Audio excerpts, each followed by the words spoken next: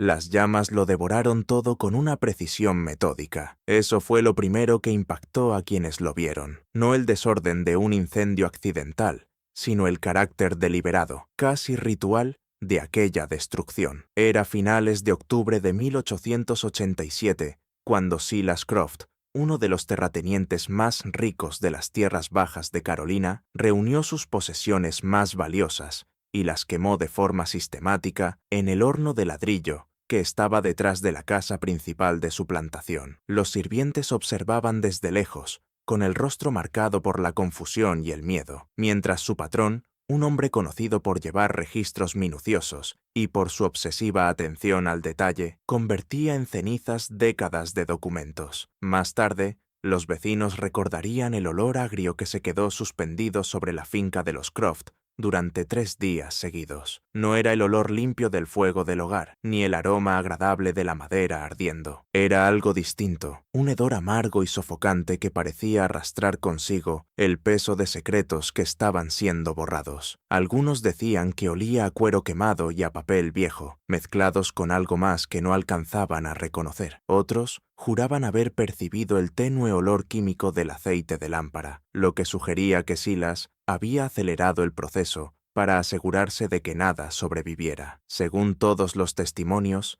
Silas Croft era un hombre lleno de contradicciones. Había nacido en circunstancias modestas en 1821, hijo de un comerciante que había hecho fortuna en el transporte marítimo de la costa. A diferencia de muchos de sus contemporáneos, Silas mostró poco interés por el negocio familiar. En cambio, desarrolló una obsesión por la tierra, adquirirla, explotarla y, sobre todo, registrar cada transacción, cada acuerdo y cada arreglo que ocurriera dentro de sus límites. Llevaba libros de cuentas con una precisión extrema. Su despacho era una auténtica catedral del orden, diarios encuadernados en cuero organizados por año, índices alfabéticos, cuentas cruzadas y mapas detallados que señalaban cada acre, cada edificio y cada recurso de la propiedad. Esa obsesión por documentarlo todo acabaría convirtiéndose en el rasgo que definiría su vida. Los vecinos bromeaban diciendo que Silas Croft conocía mejor los detalles de su finca que a su propia familia. Y quizá no estaban equivocados. Para 1887, cuando tenía 66 años, Silas había reunido una de las plantaciones más grandes de la región, más de 8.000 acres de tierras agrícolas de primer nivel, trabajadas por más de 300 personas cuyos nombres, edades, habilidades y rendimiento aparecían anotados con meticulosa exactitud en su interminable sucesión de libros. Pero algo cambió en el otoño de aquel año, algo que llevó al hombre que había pasado toda su vida creando registros a sentirse de pronto desesperado por destruirlos. El fuego duró 2 días. Silas vigiló el horno casi sin descanso, alimentándolo con paquetes de documentos y observando cómo las llamas los consumían. Su esposa, Eleanor, intentó intervenir la primera noche. Le suplicó que le explicara qué estaba haciendo, por qué destruía lo que ella suponía que eran importantes registros comerciales. Él se volvió hacia ella con una expresión que ella nunca le había visto antes, una mezcla de miedo y de algo que se parecía casi al alivio, y le dijo simplemente que había cosas que era mejor no conocer, que ciertas verdades, una vez enterradas, debían permanecer enterradas para siempre. Eleanor era una mujer de gran inteligencia y percepción. Llevaba 43 años casada con Silas, y en todo ese tiempo había aprendido a leer los cambios sutiles de su carácter, las ansiedades no dichas que de vez en cuando asomaban bajo su exterior tan cuidadosamente controlado. Pero esto era distinto. Esto era algo profundo, algo que lo había sacudido hasta lo más hondo. Ella no insistió más. En lugar de eso, se retiró a su habitación y esperó. 2 días después de que terminara el incendio, Silas sufrió un derrame grave. Se desplomó en su despacho mientras revisaba, de forma irónica, uno de los pocos libros que de algún modo habían escapado a las llamas. Los sirvientes lo encontraron allí, con el cuerpo rígido y el rostro congelado en una expresión de angustia profunda. Lo llevaron a la cama, donde permaneció exactamente 9 días antes de sucumbir a un segundo derrame, todavía más devastador. Durante esos 9 días, Silas Croft no volvió a hablar. Yacía en la cama, con los ojos moviéndose de vez en cuando, la respiración débil y trabajosa, pero sin que una sola palabra cruzara sus labios. Elinor permaneció a su lado casi todo el tiempo, sosteniéndole la mano, a veces susurrándole, y a veces sentada en silencio. Más tarde le diría a su hija que tuvo la clara impresión de que Silas intentaba comunicar algo, que había una urgencia desesperada en su mirada, pero aquello que quiso decir murió con él. Al funeral asistió casi toda persona importante del condado. Silas Croft había sido durante décadas una figura destacada, un hombre de riqueza e influencia, y su muerte fue tratada como un acontecimiento de gran peso. Los elogios fúnebres alabaron su habilidad para los negocios, su dedicación a la finca y su papel en el desarrollo de la región. Nadie mencionó el incendio, nadie preguntó por los documentos destruidos. Fue como si, por un acuerdo silencioso, aquel episodio hubiera sido borrado de la memoria colectiva de quienes lo habían presenciado. Pero Elinor sabía más, y sabía que aquello que Silas había intentado destruir, la verdad que había querido sepultar con tanta desesperación, no había desaparecido del todo. 3 semanas después del funeral de Silas, mientras Elinor supervisaba el inventario de las pertenencias de su difunto esposo, descubrió algo extraño. Escondido detrás de un ladrillo flojo en la chimenea del despacho de Silas, había un solo libro de cuentas. Era pequeño, quizá de 6 por 8 pulgadas, encuadernado en cuero gastado, oscurecido por el paso del tiempo. Sus páginas estaban llenas de la letra inconfundible de Silas, precisa, metódica, casi obsesivamente pulcra. Elinor sostuvo el libro entre sus manos temblorosas durante un largo momento antes de abrirlo. Tenía un presentimiento, la sensación de que aquel pequeño volumen contenía algo importante, algo que Silas había considerado lo bastante valioso como para esconderlo, pero no lo bastante como para destruirlo. Tal vez lo había olvidado, tal vez lo había dejado allí a propósito. Un último mensaje desde la tumba. La primera página llevaba una fecha, 15 de marzo de 1844. Eso era 43 años antes del incendio. Elinor se sintió confundida. Se había casado con Silas en 1844. Recordaba aquel año con absoluta claridad. La boda, los primeros días del matrimonio, la sensación de posibilidad y esperanza que había marcado aquel periodo de su vida. Pero no recordaba que Silas llevara un libro aparte, una especie de diario oculto. Pasó la página y empezó a leer. Al principio, las anotaciones eran crípticas, consistían sobre todo en fechas, iniciales y números. Había palabras o frases sueltas, pero estaban abreviadas, codificadas de una manera que volvía oscuro su significado. Por ejemplo, una entrada decía, 20 de marzo, AM llegó, condición aceptable, pago entregado, discreción mantenida. Otra, fechada 2 semanas más tarde, decía, 3 de abril, AM instalado, arreglos finalizados. No se prevé más contacto. El corazón de Elinor empezó a acelerarse. Reconoció las iniciales. AM solo podía referirse a Arthur Mercer, un hombre que había trabajado como capataz en la plantación durante varios años a mediados de la década de 1840. Pero, ¿qué significaba llegó? ¿Qué condición? ¿Qué pago? Siguió leyendo, con las manos temblando ligeramente. Las entradas se extendían a lo largo de décadas. No estaban en un orden cronológico estricto, sino dispersas y agrupadas en bloques que parecían corresponder a distintos periodos. Algunas eran de los años 1840, otras de los 50, 60 y 70. Las iniciales cambiaban, pero el patrón seguía siendo el mismo. Llegadas, acuerdos, arreglos, pagos, discreción. A medida que Elinor profundizaba en el libro, empezó a notar algo más. Entre aquellas anotaciones crípticas aparecían de vez en cuando pasajes más largos, escritos con otra mano o quizá con la misma mano en momentos de menor control. Esos pasajes eran más explícitos, más reveladores. Uno de ellos, fechado en junio de 1847, decía, el niño no puede quedarse, el riesgo es demasiado grande. Elinor no sospecha nada, pero es solo cuestión de tiempo. Ya se han hecho los arreglos. El niño será llevado a Cypress Key, donde será criado por la familia Thorne. Se ha acordado un pago de $50 al año. Este asunto debe concluirse de forma definitiva. A Elinor se le cortó la respiración. ¿Un niño? ¿Qué ¿Qué niño? Ella y Silas nunca habían tenido hijos. Los habían deseado con desesperación en los primeros años del matrimonio, pero después de varios años se había hecho evidente que Eleanor no podía concebir. Había sido una fuente de profunda tristeza para ambos, aunque jamás hablaron de ello abiertamente. Silas parecía haberlo aceptado con su habitual estoicismo, y Eleanor terminó resignándose a una vida sin descendencia. Pero aquella entrada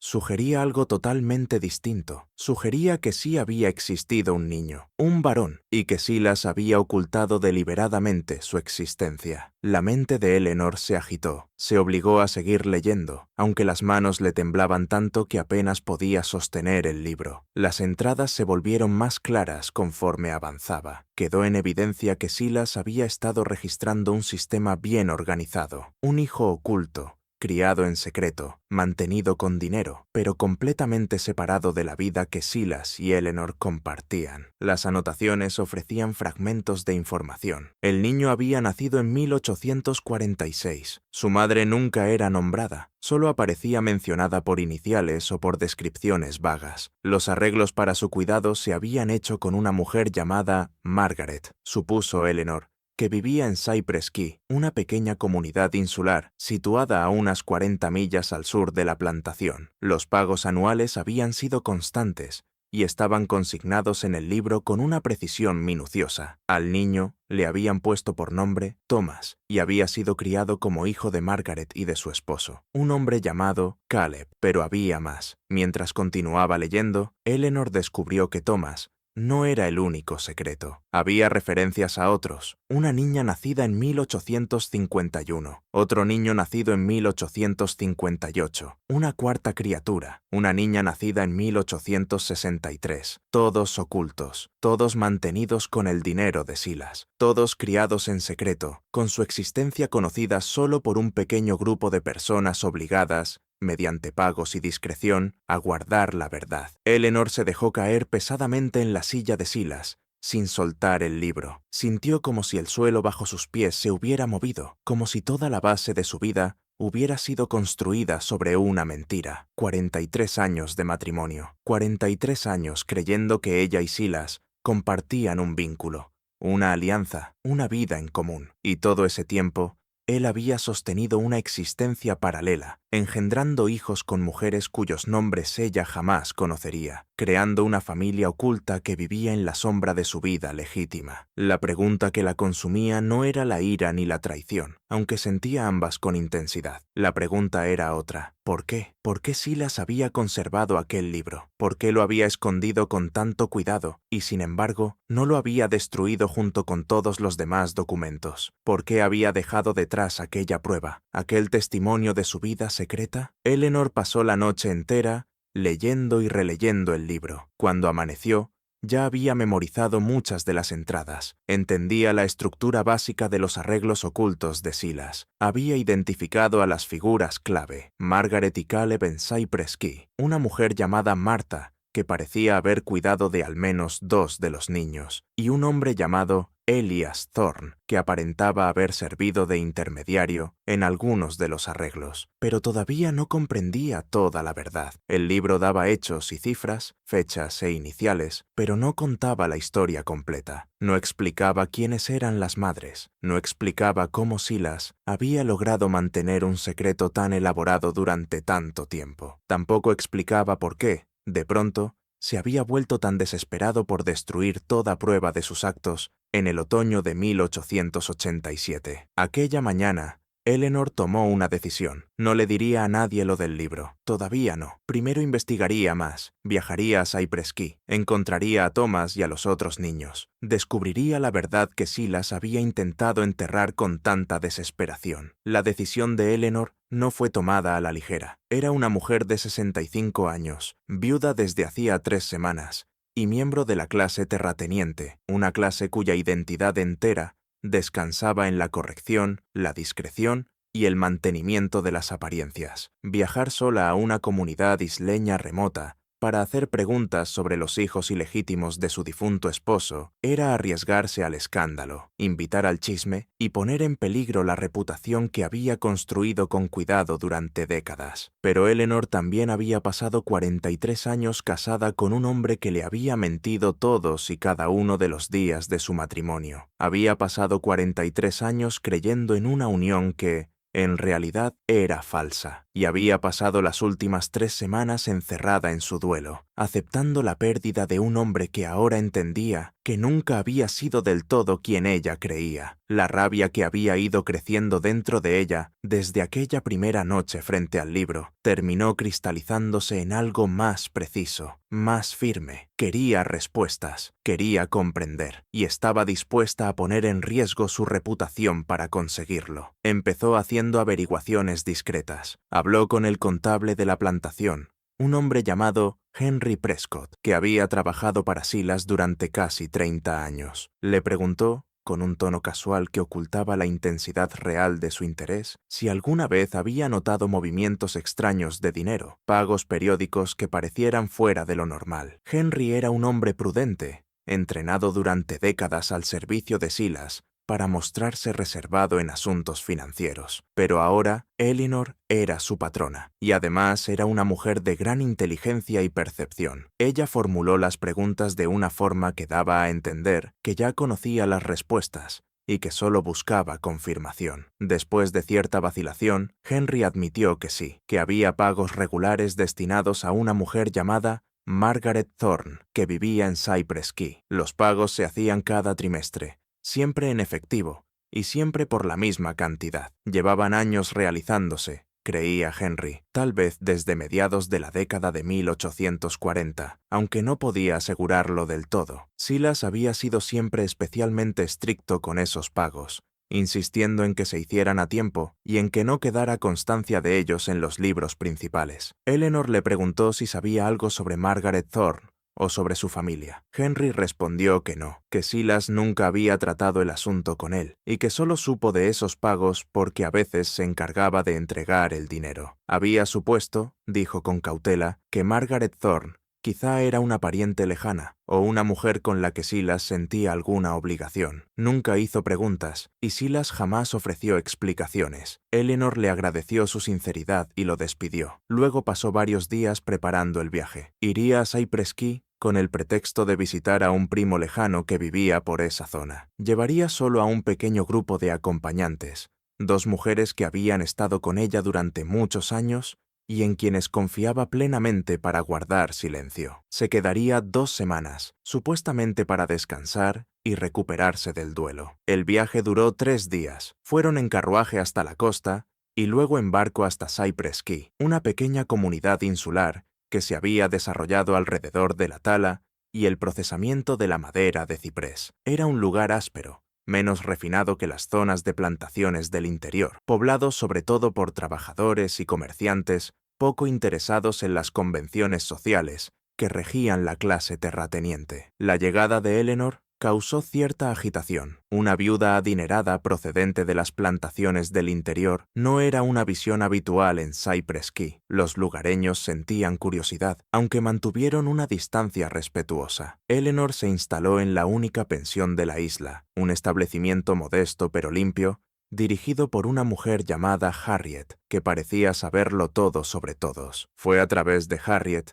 como Eleanor logró su primer contacto real. Mencionó, con una naturalidad cuidadosamente ensayada, que le interesaba conocer la historia de la isla y de las familias que llevaban muchos años viviendo allí. Dijo que había oído hablar de una familia apellidada Thorne, establecida en la isla desde hacía bastante tiempo. Preguntó si Harriet los conocía. La expresión de Harriet se volvió cautelosa. Dijo que sí, que conocía a los Thorne, aunque eran gente reservada. Margaret Thorne era ya una mujer mayor, explicó, y su esposo Caleb había muerto varios años atrás. Habían criado a varios hijos en la isla, aunque la mayoría se había marchado de adulta. Margaret seguía viviendo en la misma casa donde había criado a su familia, una vivienda modesta pero bien cuidada en el extremo sur de la isla. Eleanor preguntó si sería posible conocer a Margaret Thorne. Explicó que había conocido a Silas Croft y que le interesaba aprender más sobre la isla y sus habitantes. Harriet la observó largo rato, y Eleanor tuvo la clara impresión de que aquella mujer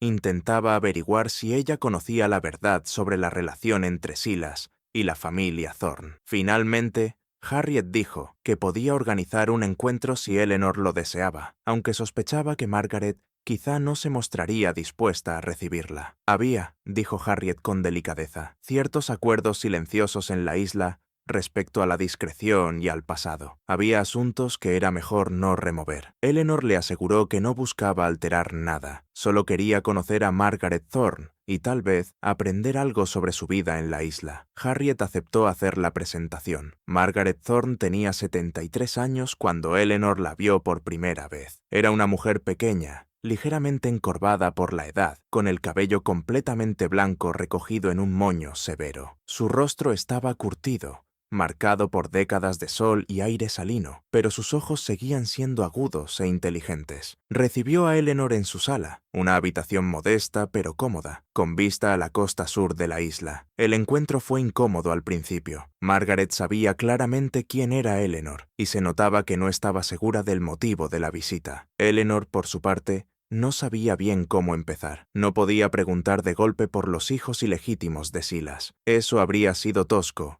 y posiblemente ofensivo. Tenía que acercarse con cuidado, construir algún tipo de confianza antes de revelar el verdadero propósito de su búsqueda. Comenzaron con cortesías. Eleanor elogió la vista desde la sala de Margaret. Margaret ofreció té. Hablaron del clima, de la isla, de los cambios que se habían producido con el paso de los años. Poco a poco, Eleanor fue guiando la conversación hacia asuntos más personales. Le preguntó a Margaret por su familia, por el tiempo que llevaba viviendo en la isla, por la vida que había construido allí. Margaret respondió con una precisión cuidadosa, dando información técnicamente exacta, pero emocionalmente distante. Dijo que llevaba 45 años viviendo en la isla. Dijo que había criado allí a una familia. Dijo que su esposo había sido un hombre bueno, trabajador y honrado. Dijo que sus hijos habían crecido y se habían marchado, como hacen los hijos. Dijo que tenía nietos repartidos por el estado y más allá. Eleanor escuchó cada palabra con atención, observando el rostro de Margaret, notando los cambios más leves en su expresión cuando surgían ciertos temas. Empezaba a comprender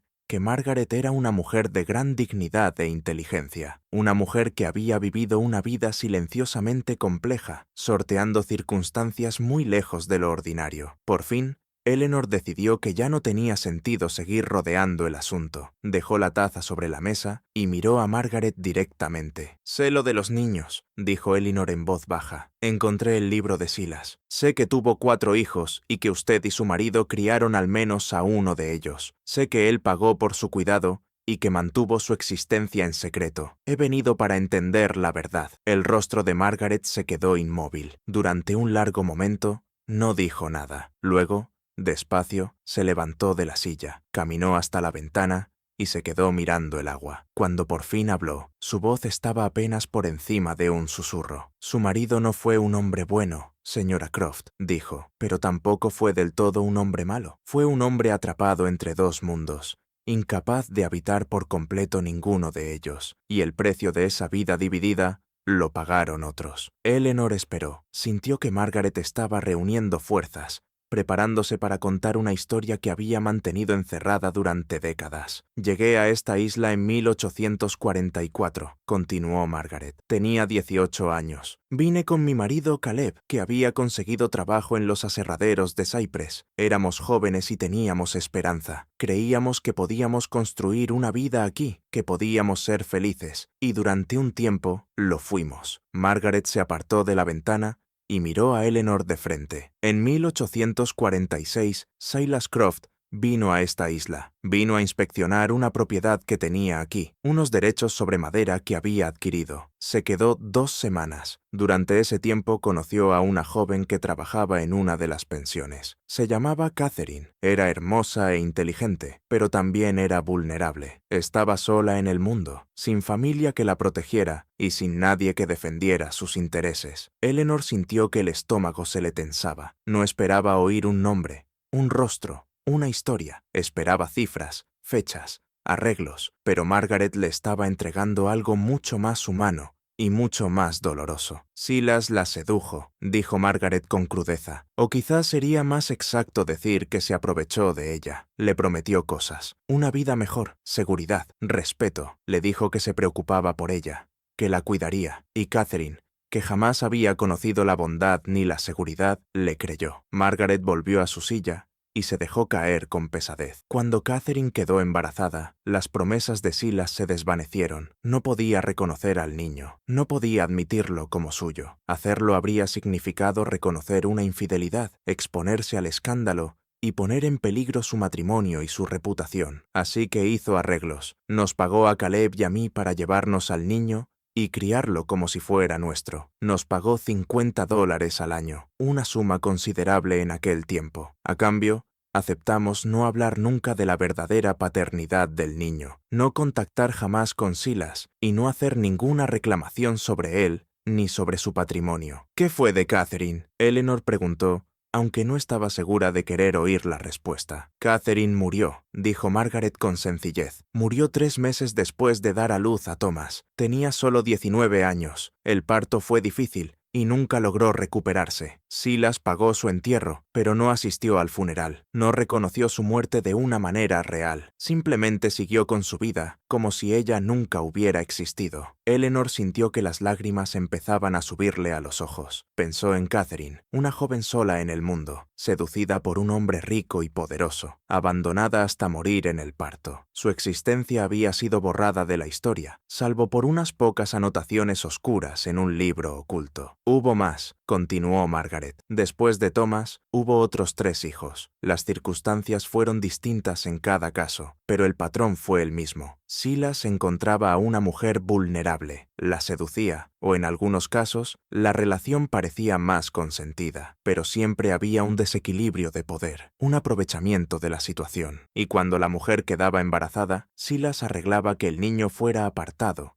criado en secreto, mantenido con dinero, pero nunca reconocido. ¿Usted crió a todos?, preguntó Eleanor. No, respondió Margaret. Thomas fue nuestro. La segunda hija, una niña llamada Lily, fue criada por una mujer llamada Marta, que vivía en tierra firme. El tercer hijo, otro varón llamado Samuel, fue criado por una familia en Charleston. La cuarta, una niña llamada Ara, fue criada por otra familia, esta vez en Savannah. Silas tenía una red de personas dispuestas a recibir a sus hijos ilegítimos y criarlos a cambio de apoyo económico. Era un sistema cuidadosamente organizado, pensado para mantener a los niños ocultos y la verdad enterrada. A Eleanor le costaba asimilar toda aquella información. La magnitud del engaño de Silas era mucho mayor de lo que había imaginado al principio. No se trataba solo de 1 o 2 indiscreciones. Era un patrón sistemático, deliberado, extendido durante décadas,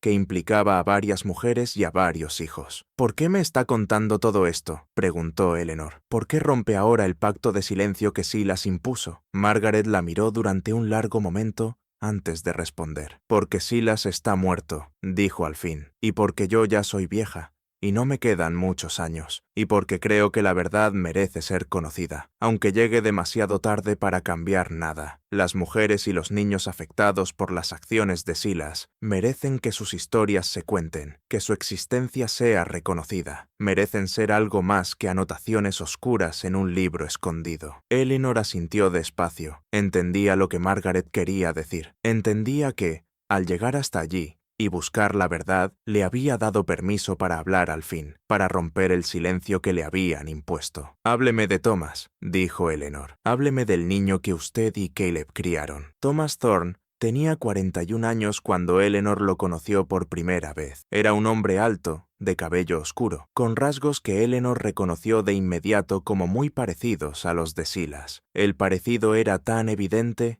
que Eleanor se preguntó cómo nadie lo había señalado antes, cómo nadie había visto aquella semejanza y sacado la conclusión más obvia. Margaret había arreglado que Thomas visitara su casa la tarde del tercer día de Eleanor en la isla. El encuentro fue tenso e incómodo. Thomas sabía perfectamente quién era Eleanor y no tenía claro cómo comportarse delante de ella. Eleanor, por su parte, luchaba con una mezcla compleja de emociones: compasión por el hombre al que le habían negado su verdadera identidad, rabia hacia Silas por su engaño y una extraña sensación de cercanía hacia Thomas, como si ambos hubieran sido víctimas de las mentiras de Silas. Thomas había construido una vida respetable. Era carpintero y constructor, conocido en toda la isla por la calidad de su trabajo. Se había casado con una mujer del lugar llamada Rebeca, y juntos tenían 3 hijos. Poseía una casa modesta y un pequeño negocio. Desde fuera,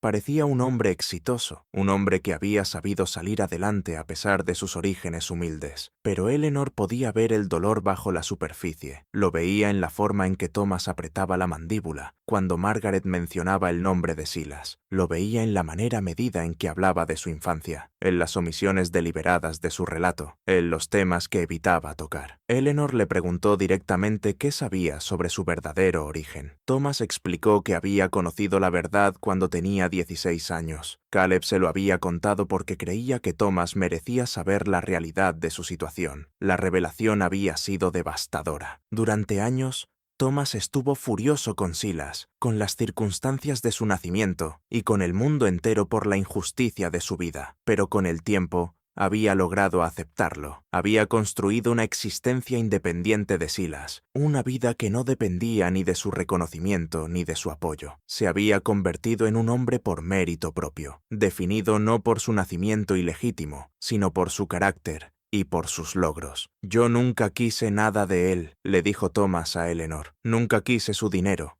ni su apellido, ni su reconocimiento. Solo quería saber la verdad sobre quién era yo, de dónde venía, y hasta eso me fue negado durante 16 años». Eleanor le preguntó a Thomas si sabía algo de sus hermanos, de los otros hijos que Silas había tenido. Thomas respondió que conocía sus nombres y los lugares donde habían sido criados, pero que nunca había conocido a ninguno. El sistema que Silas había creado estaba pensado para mantener a los niños separados unos de otros, para impedir que formaran cualquier lazo familiar que pudiera poner en peligro el secreto de su existencia. «¿Cree que ellos lo saben?», preguntó Eleanor. «¿Cree que saben quién fue Silas? ¿Cuál es su verdadero origen?» «No lo sé», dijo Thomas. «Me lo he preguntado muchas veces. He pensado en intentar contactarlos, en decirles la verdad, pero siempre he tenido miedo de lo que eso pudiera provocar, de cómo podrían reaccionar, y también he tenido miedo del escándalo que podría causar, del daño que podría hacer a la reputación de Silas y a la suya». Eleanor sintió una fuerte emoción al oír eso. Allí tenía delante a un hombre oculto e ilegítimo, mostrando más preocupación por su reputación y por la memoria de Silas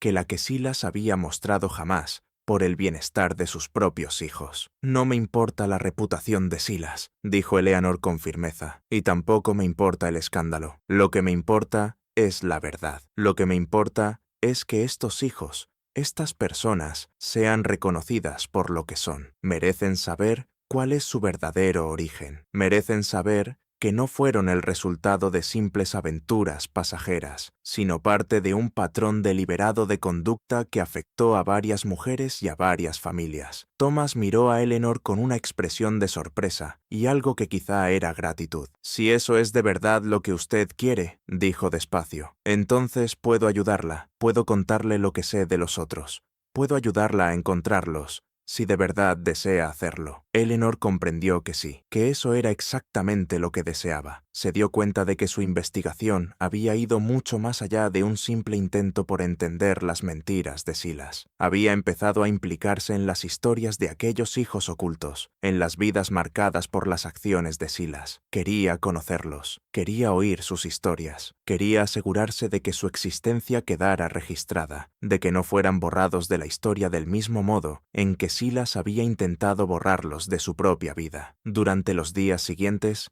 Eleanor reunió información sobre los otros 3 hijos. Thomas le dio nombres y lugares. Margaret le aportó más detalles sobre los arreglos que se habían hecho para el cuidado de cada uno. Eleanor tomó notas con cuidado, formando una imagen completa de la familia secreta de Silas. La segunda hija, Lily, tenía entonces 36 años. Había sido criada por Martha, una mujer que había trabajado como ama de llaves en una casa adinerada de Charleston. Lily se había convertido en costurera y se había casado con un hombre llamado William, empleado en una compañía naviera. Tenían 2 hijos. Lily llevaba una vida tranquila y respetable en Charleston, y no había señales de que supiera algo sobre su verdadero origen. El tercer hijo, Samuel, tenía 29 años. También había sido criado en Charleston por una familia apellidada Harrison. Samuel se había convertido en maestro y nunca se había casado. Llevaba una vida solitaria, entregado a su trabajo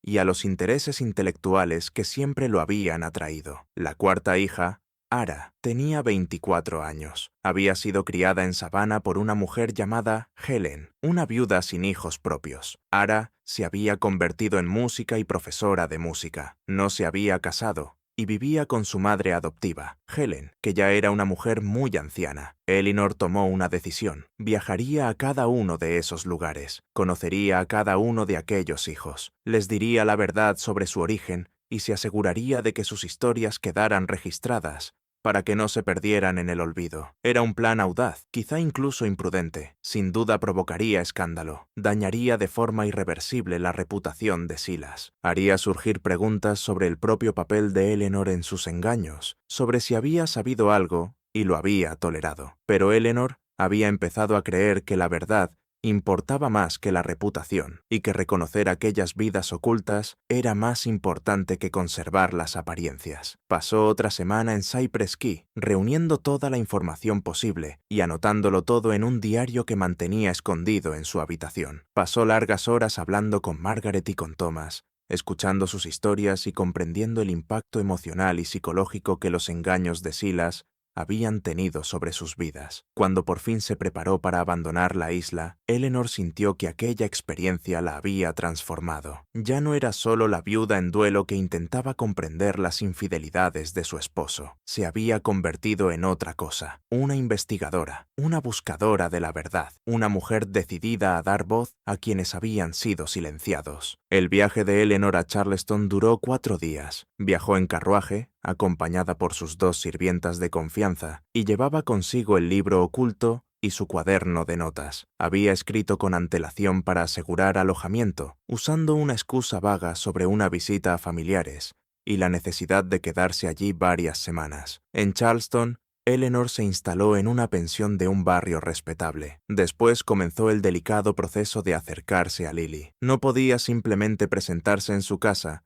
y anunciar quién era. Tenía que actuar con cuidado, encontrar la forma de establecer contacto sin despertar sospechas ni alarma de inmediato. Eleanor asistió a un concierto en una iglesia local, donde se sabía que Marta, la madre adoptiva de Lily, acudía con frecuencia. Después del concierto, Eleanor se colocó en el lugar adecuado para hablar con Martha y se presentó como una mujer acomodada que se había instalado hacía poco en Charleston y que tenía interés en conocer mejor la vida cultural de la comunidad. Martha era una mujer de más de 70 años, todavía lúcida y observadora pese a la edad. Se mostró prudente con Eleanor, pero también educada y dispuesta a conversar. Eleanor fue llevando la charla, con cuidado, hacia el tema de la música. Comentó que había oído hablar de una joven talentosa de la zona que daba clases de música. Marta, con una mezcla de orgullo y cansancio, confirmó que sí, que su hija adoptiva Lily era música y profesora. Eleanor expresó interés en conocerla y sugirió que quizá quisiera contratarla como profesora para una joven pariente que estaba de visita. Marta aceptó organizar el encuentro, aunque Eleanor percibió un tono de sospecha en su voz, como si Marta se preguntara por qué una mujer de la posición y la riqueza evidentes de Eleanor buscaba a una profesora de música de manera tan directa. El encuentro con Lily tuvo lugar en la casa de Marta,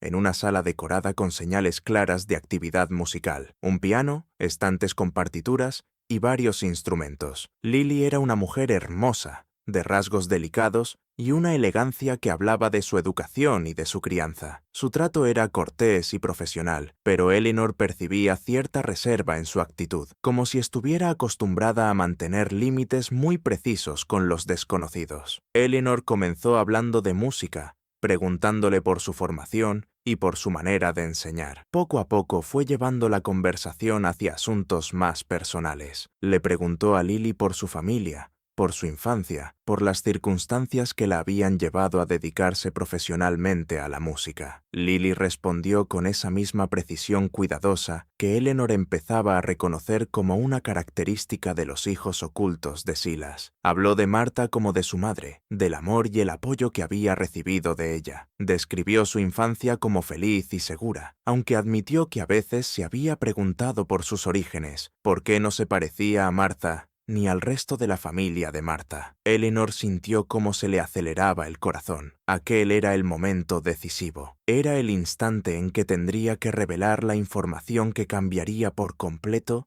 la comprensión que Lily tenía de sí misma. «Tengo algo que decirle», dijo Eleanor con cuidado, «algo que creo que usted merece saber, pero antes debo preguntarle si está dispuesta a oírlo, si está preparada para una información que puede resultar difícil y dolorosa». La expresión de Lily se volvió cautelosa. Miró hacia Marta, que estaba sentada cerca, con el rostro de pronto tenso y alerta. «¿De qué se trata?», preguntó Lily, con voz firme, aunque con un leve fondo de ansiedad. Eleanor respiró hondo y empezó a contar la historia. Le habló de Silas, del libro oculto, del arreglo que se había hecho para su crianza. Habló con cuidado y con compasión, pero no suavizó la verdad. Le dijo a Lily que era hija de Silas Croft, que había nacido de una mujer llamada Catherine y que había sido entregada a Marta para que la criara a cambio de apoyo económico. Lily escuchó en silencio. Su rostro se puso muy pálido y sus manos, que descansaban juntas sobre el regazo, empezaron a temblar ligeramente. Marta dejó escapar un pequeño sonido de angustia y estiró la mano para tomar la de Lily. Cuando Eleanor terminó de hablar, se hizo un largo silencio. Lily miró fijamente sus propias manos, con una expresión imposible de leer. Por fin habló, con la voz apenas por encima de un susurro. «¿Desde cuándo lo sabe?», preguntó. «Desde hace 3 semanas», respondió Eleanor. «Descubrí el libro después de la muerte de Silas. Desde entonces he estado investigando para entender hasta dónde llegaron sus engaños». «Y vino hasta aquí para decírmelo», dijo Lily. No era una pregunta. «Sí», respondió Eleanor. «Creí que usted merecía conocer la verdad sobre su origen. Creí que merecía saber que no fue simplemente el resultado de una indiscreción pasajera, sino parte de un patrón deliberado de conducta que afectó a varias mujeres y a varias familias». Lily levantó la vista hacia Eleanor y Eleanor pudo ver que tenía los ojos llenos de lágrimas, aunque todavía no había empezado a llorar. «¿Por qué?», preguntó Lily. «¿Por qué haría usted esto? ¿Por qué vendría a destruir todo lo que yo creía sobre mi vida, sobre mi familia?» «Porque la verdad importa», dijo Eleanor. «Porque usted importa, porque su existencia importa, y porque creo que las acciones de Silas no deben seguir ocultas, ni deben seguir marcando su vida sin su conocimiento y sin su consentimiento». Marta habló por primera vez desde que Eleanor había comenzado a revelar la verdad. Su voz temblaba por la emoción. «Yo la amé», dijo Marta mirando a Lily. «La amé como si fuera mi propia hija. El dinero que Silas daba era importante. Sí, pero no fue la razón por la que la recibí. La recibí porque era una niña que necesitaba cuidado, y yo podía dárselo. Todo lo que hice, lo hice por amor». Eleanor asintió. Entendía que Marta estaba intentando tranquilizar a Lily, hacerle ver que el amor que había recibido de ella había sido auténtico, que no quedaba disminuido por descubrir ahora su verdadera procedencia. Durante las horas siguientes, Eleanor, Lily y Marta hablaron largo rato. Eleanor respondió preguntas sobre Silas, sobre los otros hijos, sobre las circunstancias que habían rodeado el nacimiento y la adopción de Lily. Lily preguntó por su madre biológica, Catherine, y Eleanor le contó lo que sabía, que Catherine había sido una joven sola en el mundo, que Silas la había seducido y que había muerto en el parto a los 19 años. Lily lloró al oírlo. Lloró por la madre que nunca conoció, por la vida que le fue arrebatada a Catherine, por las circunstancias que habían hecho posible su propia existencia. Pero poco a poco,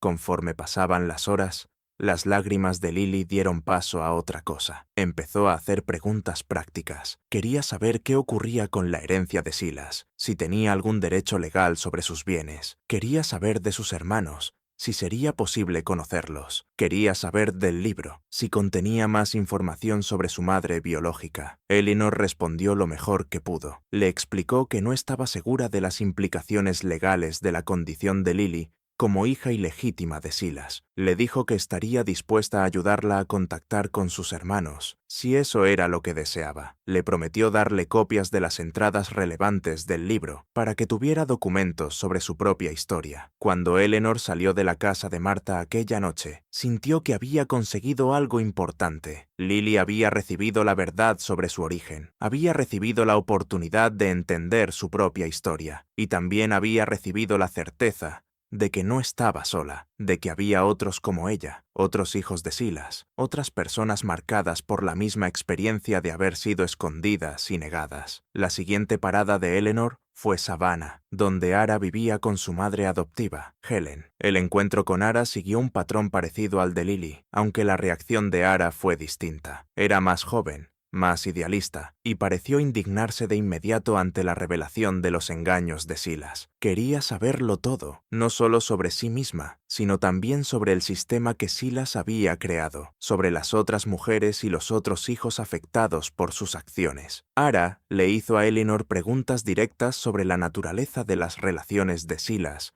con las mujeres que habían tenido a sus hijos. Quería saber si aquellas relaciones habían sido consentidas, si las mujeres habían sido coaccionadas o manipuladas. Eleanor respondió con sinceridad, explicando que, por lo que había podido averiguar, aquellas relaciones parecían haber implicado distintos grados de presión y aprovechamiento, que las mujeres habían sido vulnerables y que Silas se había beneficiado de esa vulnerabilidad. La respuesta de Ara fue la rabia, no contra Eleanor, sino contra Silas, contra el sistema que le había permitido actuar de ese modo sin consecuencias, contra una sociedad que valoraba más la reputación y la discreción que la justicia y la verdad. Debió haber respondido por lo que hizo, dijo Ara con dureza. Debió haber sido obligado a reconocer a sus hijos, a mantenerlos abiertamente, a afrontar las consecuencias de sus actos. Eleanor no podía discutir eso. Estaba de acuerdo en que Silas debió haber sido obligado a responder, pero también comprendía que el mundo en que vivían no funcionaba así, que a los hombres con la riqueza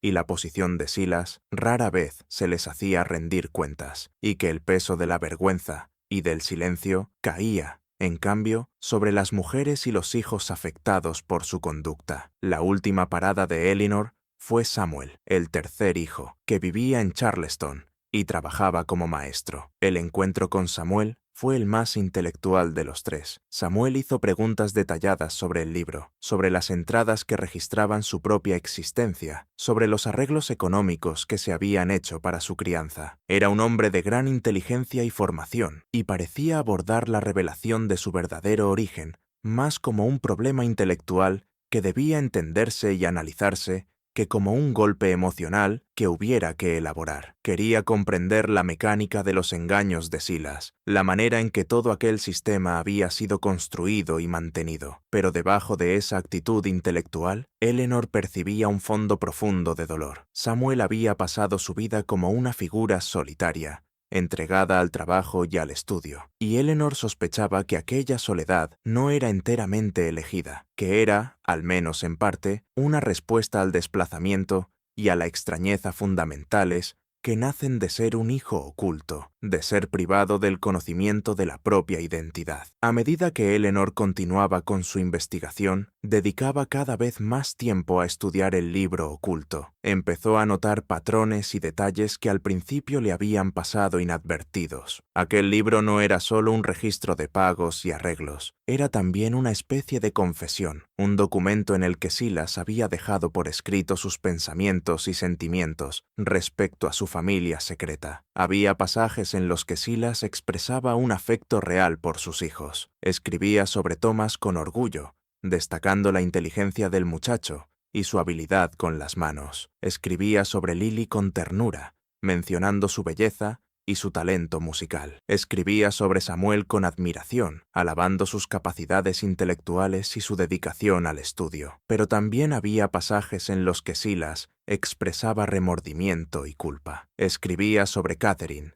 la madre de su primer hijo, con algo que parecía un dolor auténtico. Escribía sobre las circunstancias de su muerte, sobre el hecho de que había muerto sola, sin nadie que la consolara, sin nadie que reconociera su sufrimiento. En un pasaje especialmente revelador, fechado en 1862, Silas había escrito: «He creado un sistema de engaño que se ha convertido en una prisión. Estoy atrapado dentro de él, incapaz de reconocer la verdad, incapaz de reclamar a mis propios hijos, incapaz de vivir con integridad. Me he repetido a mí mismo que estoy protegiendo a mi familia, protegiendo mi reputación, protegiendo el orden social. Pero, en realidad, solo me estoy protegiendo a mí mismo. Soy un cobarde, y mi cobardía ha costado muy caro a otros». Eleanor encontró esos pasajes profundamente conmovedores. Sugerían que Silas había sido consciente, al menos en cierto nivel, de las implicaciones morales de sus actos. Sugerían que había experimentado culpa y remordimiento, aunque no hubiera sido capaz de actuar en consecuencia de una manera real. Mientras estudiaba el libro con más atención, Eleanor empezó a notar algo más. Había entradas que parecían aludir a otros hijos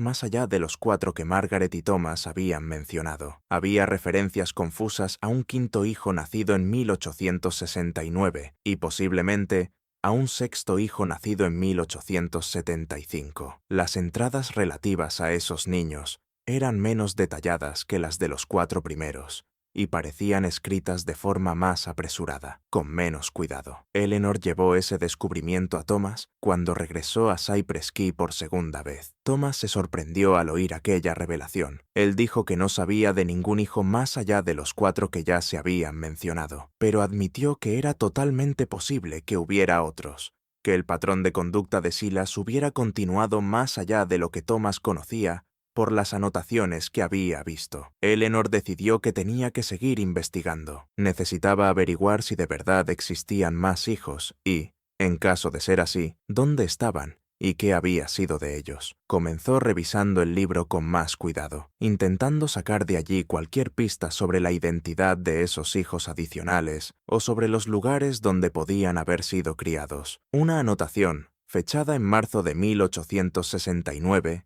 decía: «Llega el quinto. Arreglos hechos con E.T.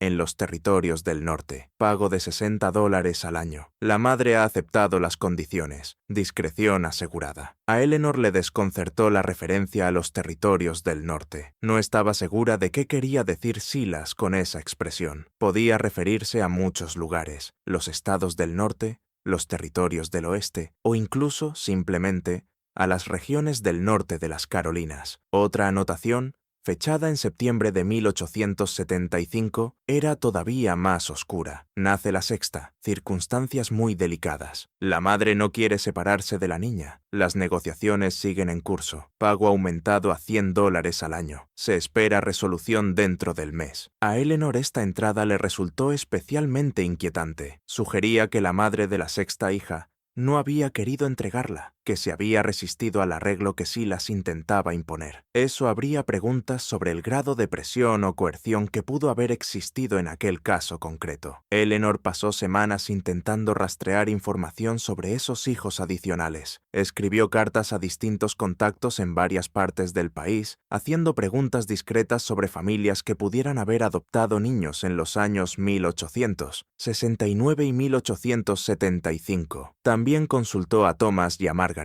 preguntándoles si sabían algo sobre esos arreglos. Con el tiempo, Eleanor logró reconstruir parte de la historia del quinto hijo por medio de una cadena de consultas y conexiones. Descubrió que en 1869 había nacido un niño de una mujer llamada Sarah, que vivía en un pequeño pueblo de Pensilvania. El niño, llamado Edward, había sido criado por una familia apellidada Foster, y Eleanor consiguió localizar a Edward, que entonces estaba en los últimos años de su adolescencia, viviendo en Filadelfia y trabajando como aprendiz en una imprenta. La sexta hija fue mucho más difícil de localizar. La anotación del libro sugería que la madre no había querido separarse de la niña, y Eleanor sospechó que el arreglo tal vez no se había completado, que la hija quizás se había quedado con su madre en lugar de ser entregada a otra familia. Eleanor escribió una carta a la dirección que creía relacionada con la madre de la sexta hija, una mujer llamada Rebecca, que había vivido en Georgia. La carta estaba redactada con mucho cuidado. No revelaba demasiado, pero preguntaba si Rebecca había tenido una hija nacida en 1875 y si estaría dispuesta a hablar sobre las circunstancias de aquel nacimiento y de su crianza. Pasaron semanas sin respuesta. Eleanor empezaba a pensar que la carta no había llegado a destino o que Rebecca había decidido no contestar. Pero una mañana llegó una carta a la pensión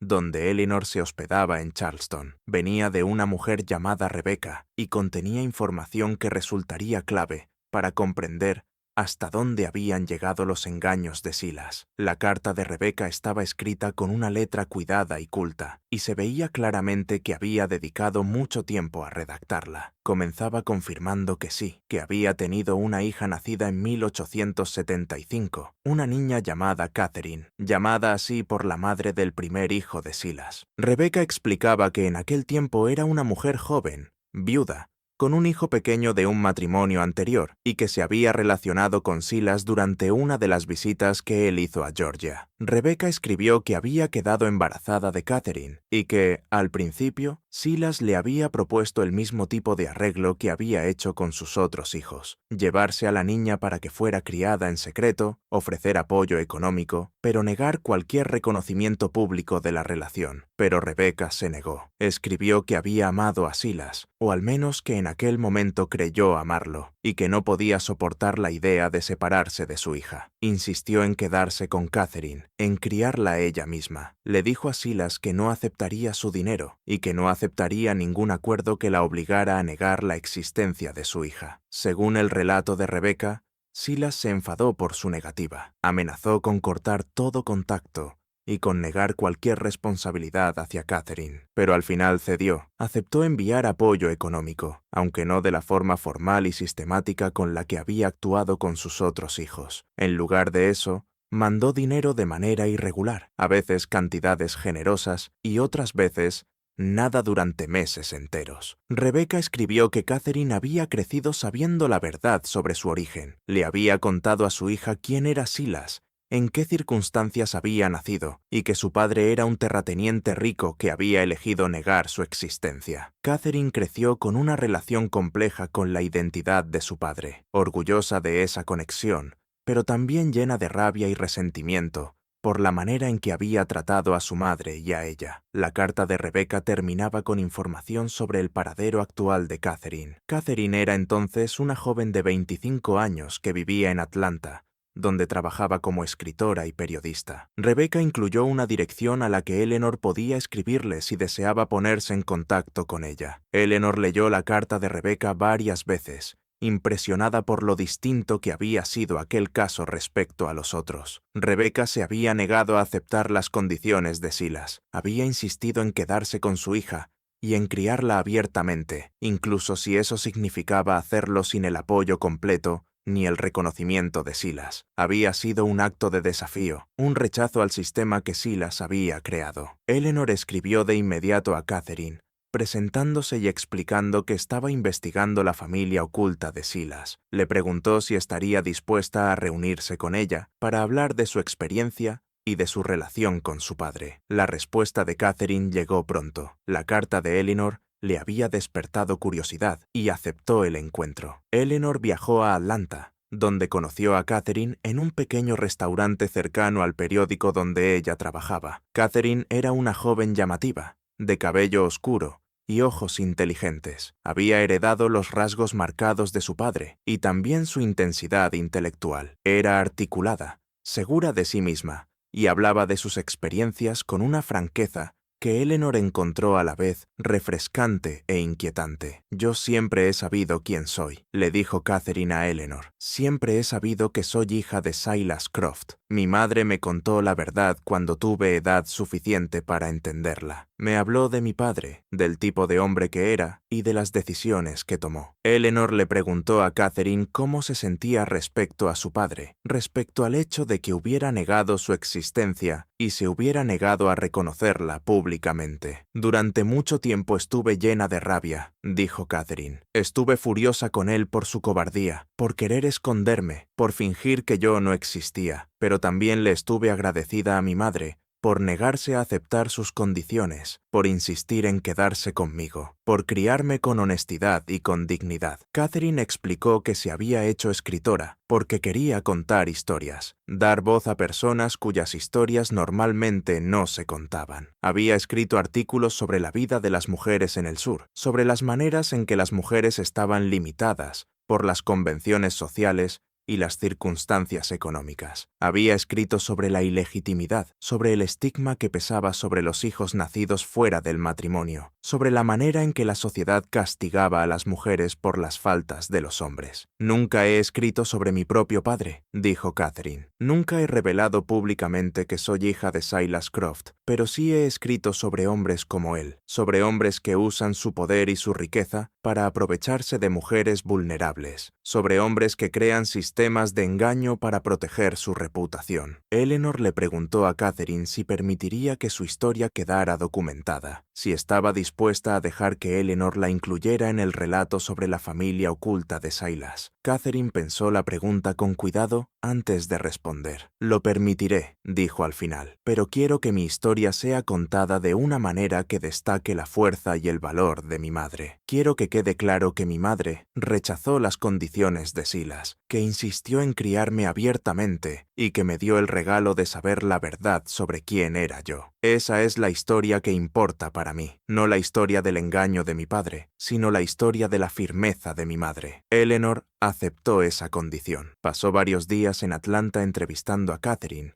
conociendo su vida y su trabajo, y entendiendo mejor su manera de ver a su padre y las circunstancias de su nacimiento. Cuando Eleanor dejó Atlanta, sintió que había completado la investigación que había comenzado semanas antes. Había encontrado a todos los hijos ocultos de Silas, o al menos a todos aquellos cuya existencia había podido documentar. Había escuchado sus historias, había comprendido el impacto que los engaños de Silas habían tenido sobre sus vidas, pero también entendió que aún quedaba una cosa más por hacer. Tenía que dejarlo todo por escrito. Tenía que crear un registro de la familia oculta de Silas, un registro que preservara sus historias y garantizara que no se perdieran en el olvido. Eleanor regresó a su plantación a finales de diciembre de 1887, exactamente 3 meses después de haber descubierto el libro oculto. Estaba agotada, pero también impulsada por el sentido de propósito que había guiado su investigación. Había pasado los últimos 3 meses viajando,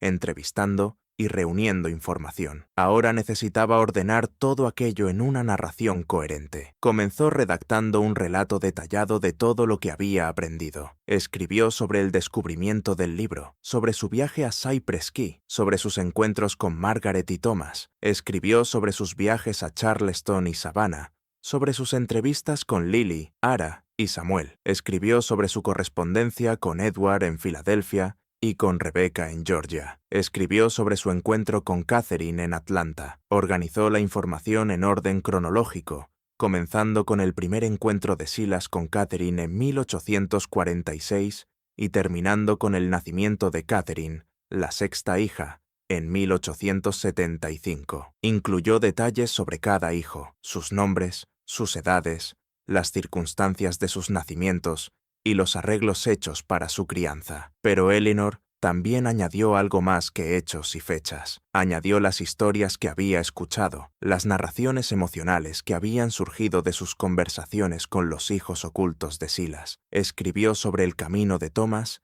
desde la rabia hasta la aceptación, sobre la conmoción y la confusión de Lily al descubrir la verdad sobre su origen, sobre el enfoque intelectual con el que Samuel afrontó la revelación de su verdadero parentesco, sobre la indignación de Ara ante la injusticia de los actos de Silas y sobre la negativa firme de Catherine a aceptar las condiciones de su padre. El relato de Eleanor no era una simple condena de Silas. Intentó ser justa, reconocer la complejidad de su carácter y admitir que había sentido culpa y remordimiento por sus acciones, pero también dejó claro que esa culpa y ese remordimiento no habían sido suficientes para cambiar su conducta, que había seguido con su patrón de seducción y abandono a lo largo de su vida, y que había creado un sistema de engaño que había causado un sufrimiento considerable a varias mujeres y a varios hijos. Mientras escribía, Eleanor tomó una decisión sobre qué hacer con toda aquella documentación. No podía publicarla en vida. Hacerlo habría significado invitar al escándalo, dañar la reputación de la finca de Silas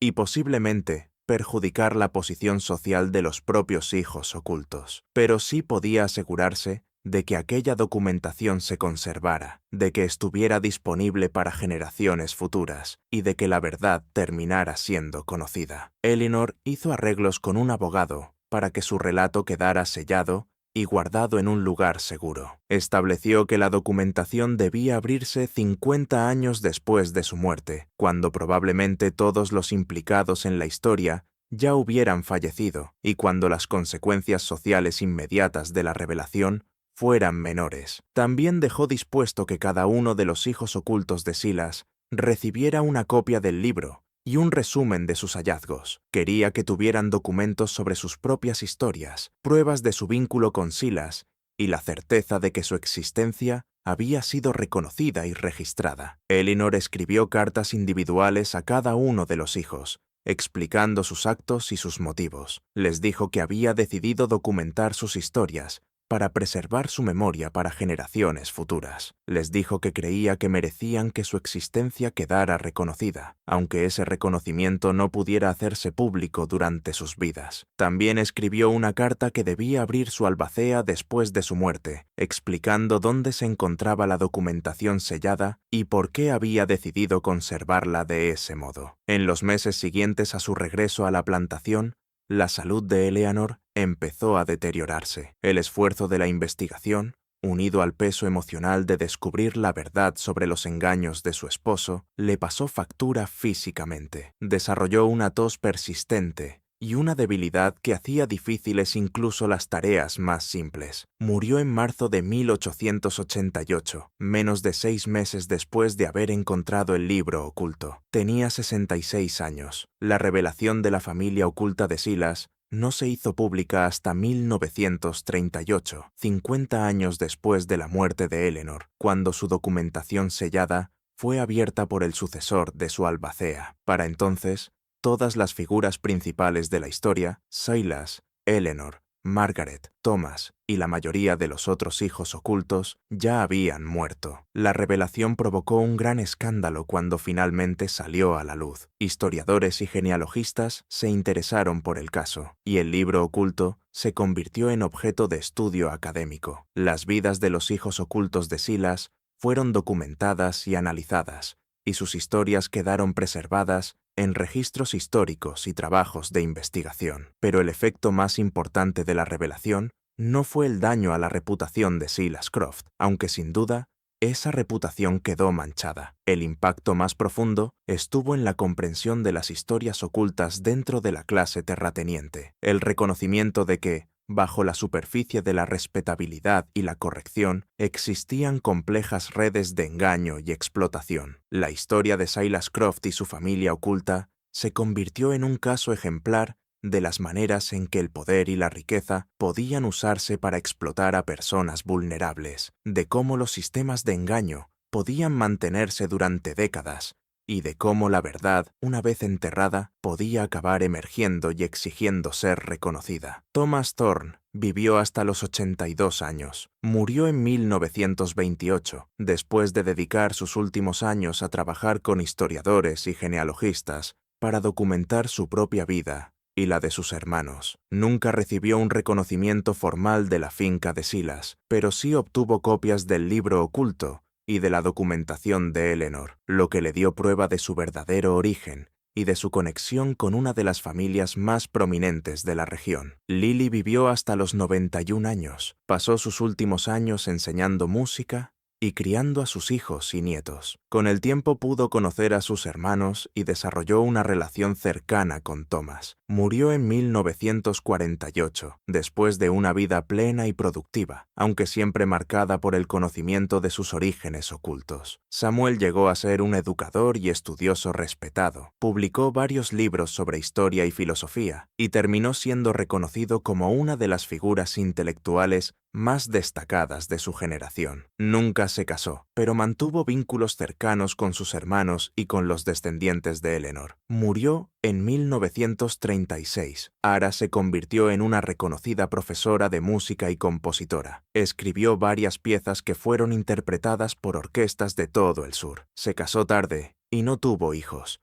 pero estuvo muy unida a la vida de sus sobrinos y sobrinas. Murió en 1952. Edward, el quinto hijo, llevó una vida tranquila en Filadelfia. Se convirtió en un impresor y editor exitoso y formó su propia familia. Con el tiempo, el albacea de Eleanor se puso en contacto con él y le entregó documentación sobre su verdadero origen. Murió en 1941, a los 72 años. Catherine, la sexta hija, llegó a ser una periodista y escritora destacada. Publicó varios libros y numerosos artículos sobre la vida de las mujeres en el sur. Nunca reveló públicamente que era hija de Silas Croft, pero sí escribió mucho sobre la ilegitimidad y sobre el estigma social que pesaba sobre los hijos nacidos fuera del matrimonio. Murió en 1962, a los 87 años. Rebecca, la madre de Catherine, vivió hasta los 93 años. Murió en 1933, después de pasar sus últimos años viendo cómo su hija se convertía en una escritora respetada y de éxito. Nunca recibió un reconocimiento formal por parte de la finca de Silas, pero sí recibió la documentación de Eleanor que le dio la prueba de que había hecho bien en rechazar las condiciones de Silas y de que su decisión de quedarse con su hija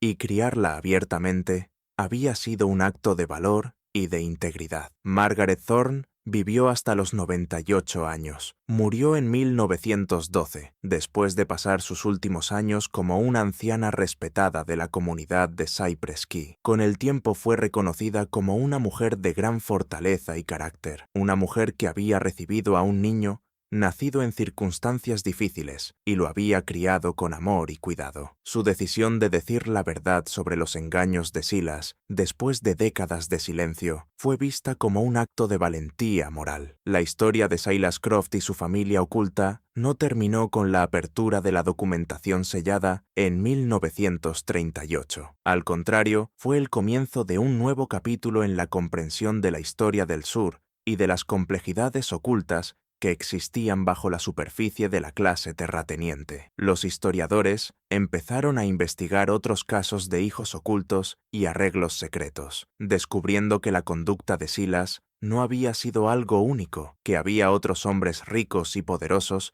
que habían creado sistemas semejantes de engaño. La revelación de la familia oculta de Silas abrió una puerta para comprender las historias ocultas del sur, las formas en que el poder y la riqueza habían sido usados para aprovecharse de personas vulnerables, y las maneras en que mujeres e hijos habían sido perjudicados por los sistemas sociales y económicos de aquel tiempo. El libro oculto mismo se convirtió en un documento histórico de gran valor. Fue conservado en un archivo universitario, donde fue estudiado por investigadores e historiadores. Aquel libro ofrecía una visión de la mente de un hombre que había construido un sistema de engaño, que había dejado constancia escrita de sus propios fracasos morales y que había dejado pruebas de los daños cometidos contra las mujeres y los hijos afectados por sus actos. La documentación de Eleanor, cuando por fin se abrió y se hizo pública, fue reconocida como un registro histórico extraordinario. Eleanor había sido una mujer de su época, limitada por las convenciones sociales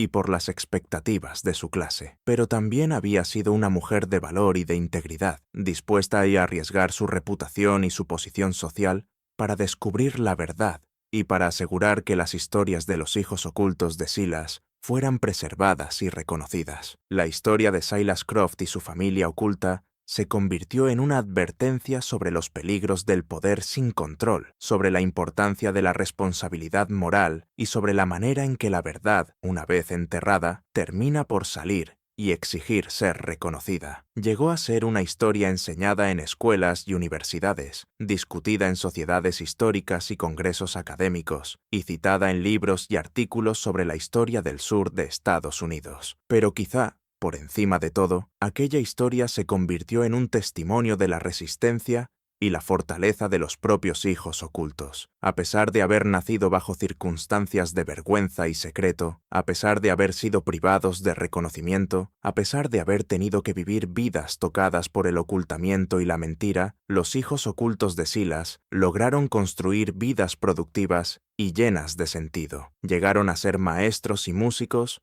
escritores y constructores, estudiosos y artistas. Contribuyeron a sus comunidades y a la cultura en general. Formaron sus propias familias y transmitieron a sus descendientes el conocimiento de su verdadera identidad. El hecho de que su existencia se revelara décadas después de sus nacimientos no borró el dolor ni la injusticia de sus circunstancias, pero sí aseguró que sus historias fueran contadas, que sus vidas fueran reconocidas y que no fueran simplemente borrados de la historia, como Silas había intentado borrarlos de su propia vida. Al final, el libro oculto que Silas había intentado destruir con tanta desesperación, el único libro que de algún modo había sobrevivido a las llamas de su último acto de destrucción, se convirtió en el instrumento de su exposición definitiva. El mismo sistema de documentación que había sido creado para ocultar la verdad terminó convirtiéndose en el medio por el cual la verdad salió a la luz. Y Eleanor, la mujer que había descubierto aquel libro, y que dedicó los últimos meses de su vida a descubrir la verdad sobre los engaños de su esposo, se convirtió en la heroína inesperada de la historia, no por un acto dramático de desafío, sino por su búsqueda silenciosa y metódica de la verdad, y por su determinación de garantizar que las historias de aquellos que habían sido ocultados y negados terminaran siendo contadas. El incendio que Silas provocó en el otoño de 1887, el incendio que consumió décadas de documentos y de pruebas, fracasó en su propósito final. Un solo libro sobrevivió, y ese solo libro bastó para cambiarlo todo. Gracias por mirar.